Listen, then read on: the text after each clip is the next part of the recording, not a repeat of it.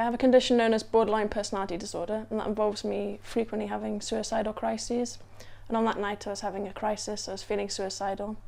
The police were involved because I'd gone missing from my accommodation in Cardigan. It was supported accommodation, and they tried to take me to a hospital, but there were no beds available.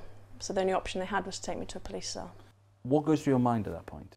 Basically, when you're feeling suicidal and you're feeling all anxious and scared already, it makes that a lot worse. These cells were designed for people who've been suspected of committing a crime.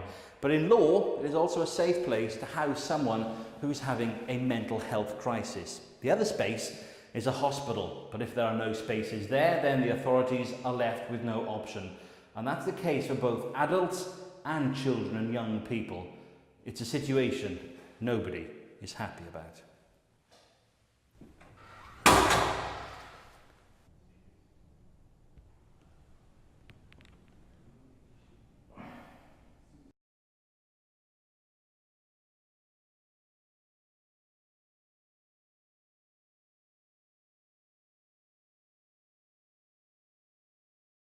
The challenge is there for all of us in the public sector to work together in order to make sure that the appropriate arrangements are in place.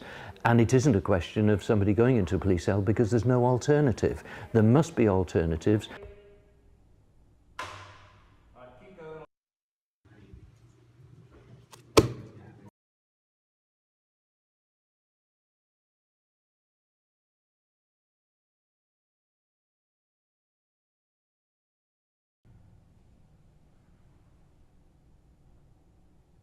There are hardly any crisis care beds for children, and we're extremely concerned about what happens to children when they reach mental health crisis.